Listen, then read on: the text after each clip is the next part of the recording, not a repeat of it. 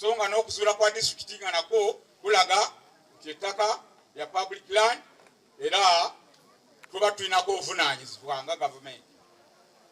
So minisita, wakati w'ebyo byonna byonna wajjawo okuneneŋŋana ku kyalo kuno,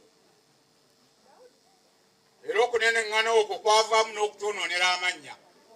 Naddala nze nga chairman ava ku muzindaalo, ekyalo kuno akubye enkiiko ezoonoona erinnya lyange lyenkuumidde emyaka.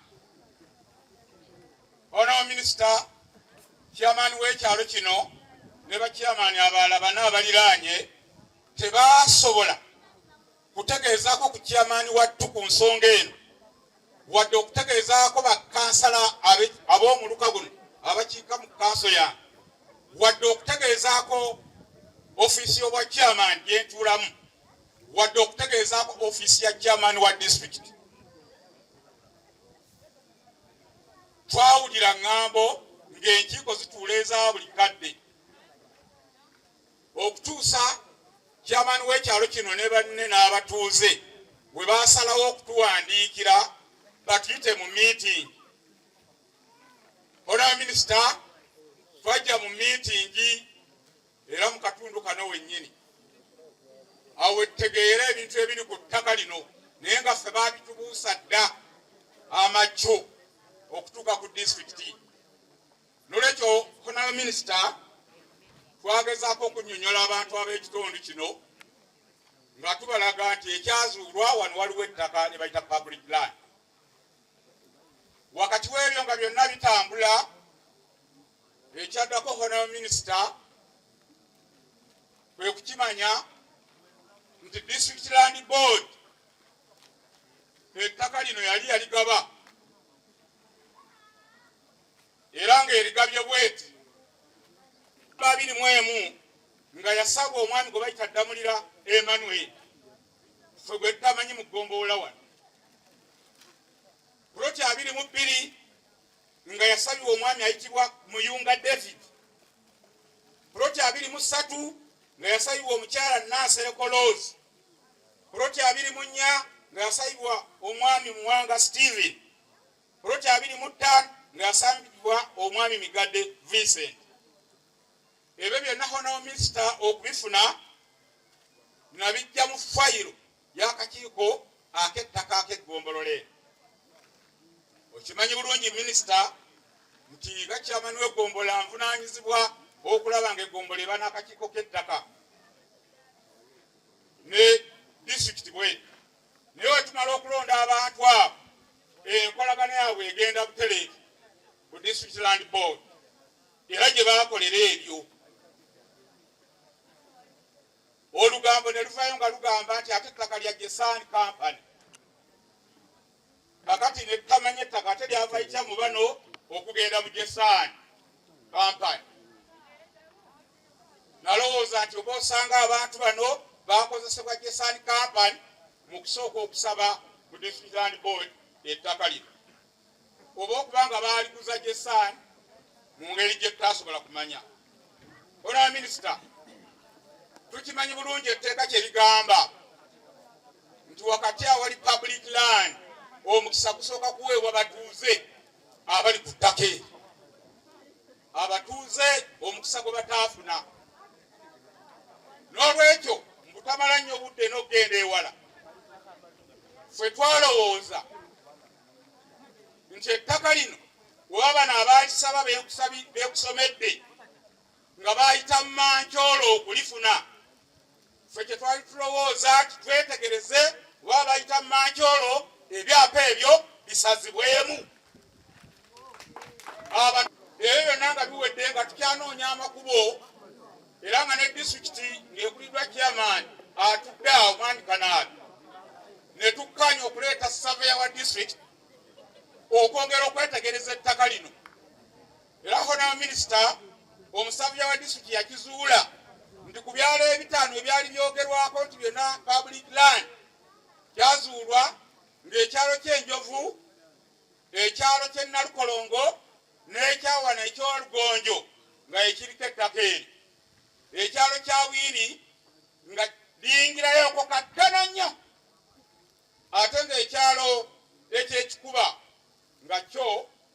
ettaka lino teririiyo.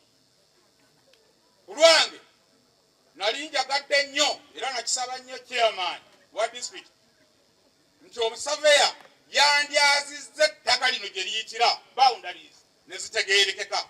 Abantu bano ne bamanya wawaagwa, agwa mu ttaka eryo oba agwa mu ly'abantu, kubanga ettaka eryo liriraanye waliwo n'ery'abantu mu kitundu kino.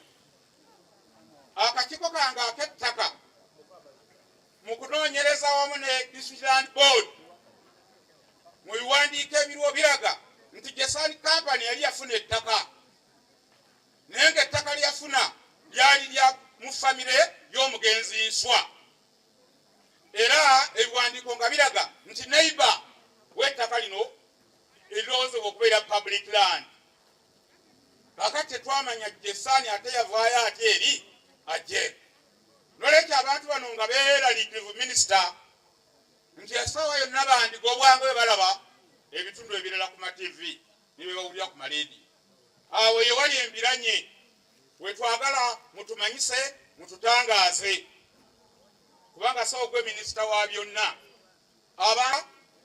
Ate chairman w'ekyalo ne yegatta n'aba District Land Board ne bajja ku bantu ssente.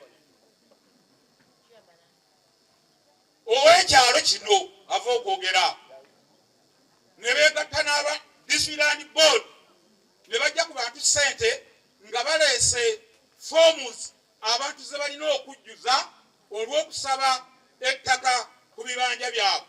Naye jjukira nkugambye nti ettaka nga lyagabwa dda mu abo benkusomedde.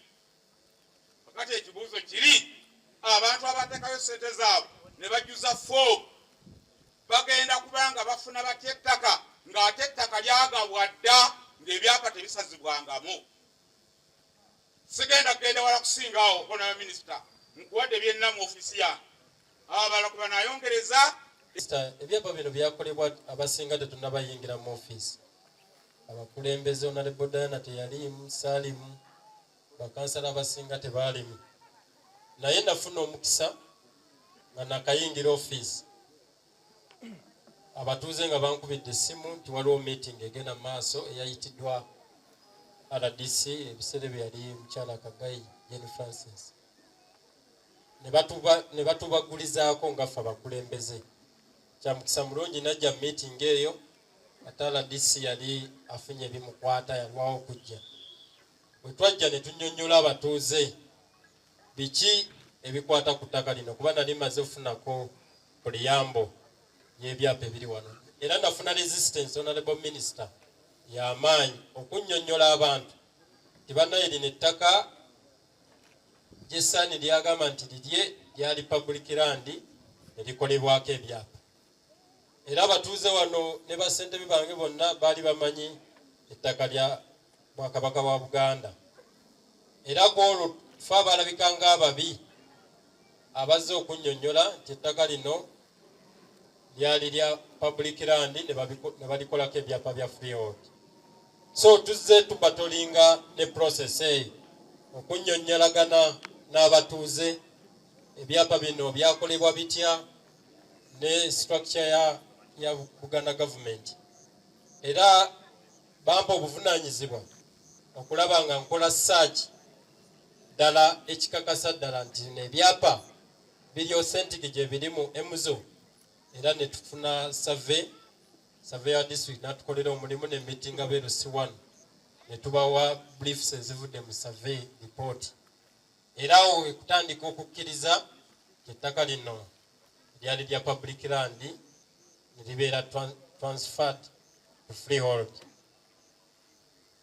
Ebigambo nga Chairman Mbalule wayogedde byogeddwa ona minisita afiiriza bidda ku district ne oba tobimanyi ne oba obimanyi. Era olutalo olw'okusazaamu ebyapa ate gwe ayalwana osazaamu ebyapa ofuna bamafiya emabega abatandika okulwanyisa. Bw'ogamba nti tugenda sazaamu kino bamafiya nga bafacilitatinga ka ttiimu emabega nga kagamba ate chairman yabba ki yabba ettaka. So tulina okusoomozebwa. Naye Honorable Minister obuzibu bwe buva okusinziira ku kunoonyereza kwe mmaze mu ofiisi nga nkola ekireese ebivu ne bateekawo bano ba neighbor we bali naye nga in reality there is no neighbor.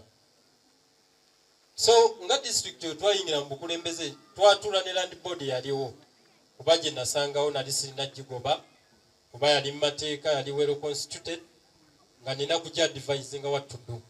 Nembaga teri kuddamu fulumya chapa nga tewali consent ya LC1 nga LC1 balina okwapendinga their signature ne stamps okakasa ddala nti asabye public land oba asabidde ddala kibanja kye okulaba nga akolebwa ekyapa. So waliwo okusomoozebwa nga waliwo ne gap eyo ng'ate ne emuzo oba ministry ekkiriza ebyapa ebyo bikola without knowledge y'abakulembeze okuva mu LC1.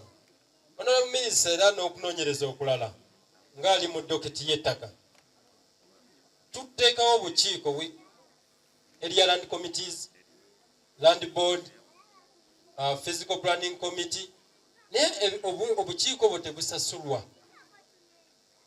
Area land committee ebeera with 5 members tebalina salary. Kati obatuma mugende mukole omulimu gw'okugaba ettaka without a fee. Kati bo ne batandika okukola ki? Okweyiiya ne batandika okusaba abantu ssente eziyitiridde. Land board chairman oba omwetaaga buli kaseera naye allowances waabwe oba ali mitwalo emeka? Chairman wa land board aliwa ofuna allowance omeka? 16 emyezi egi mu kwota. Kati omusajja omuwadde obuvunanyizibwa bwa kugaba ttaka liri worth $1 billion naye omusasula emitwalo emeka? 16. Kati oba nabba ettaka ly'abantu ogenda munenyezaawo. So RDC agamba ekyokufuna essenene tekikuggyako tekusindika mu kikomo naye weekiri, that is the reality. Waliwo okwogera amazima ameereere n'okwebuzaabuza kuba bano abantu batambula najja ku ground n'akola ki ogenda olaba nga abagagga abasobola facilitatinga process ebyapa byabwe bitambula eby'abantu baffe abateesobola fayiro ne zikola ki ne zituula. Ogenda olaba omuntu ng'agamba mbadde ne fayiro yange emyaka 5 sifunanga kyapa naye nga fayiro etambulirawo wakati ono wagiteekaawo ng'eyetuulaawo. Omugagga alina ssente asobola okuteekamu ssente fayiro ye neekola ki netambula. So waliwo okusoomozebwa kw'amaanyi naye